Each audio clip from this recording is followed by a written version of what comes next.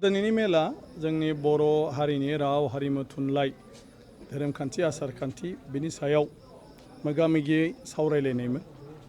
आरो बे हिसाबै दिनै सानसेयानो जाबाय गासैबो बयबो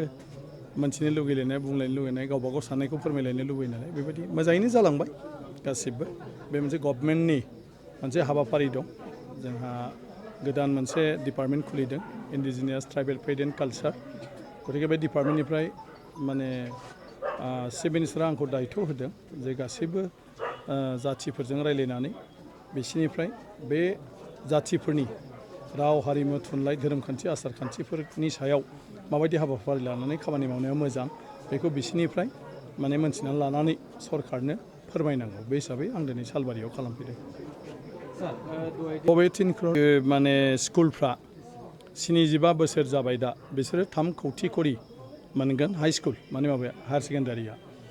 आरो जाय स्कुलफ्रा दा थाखो सेनिफ्राय माने 8 थाखोसिम दं आरो थाखो सेनिफ्राय 10 थाखो थाखो सेनिफ्राय 12 थाखोसिम दं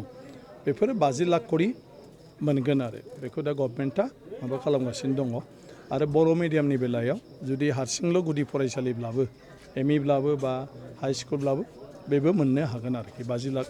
करि रां दा मोनसे समस्थियाव बिदिनो 20-25 खान बिदि जाग्रोगोन आरो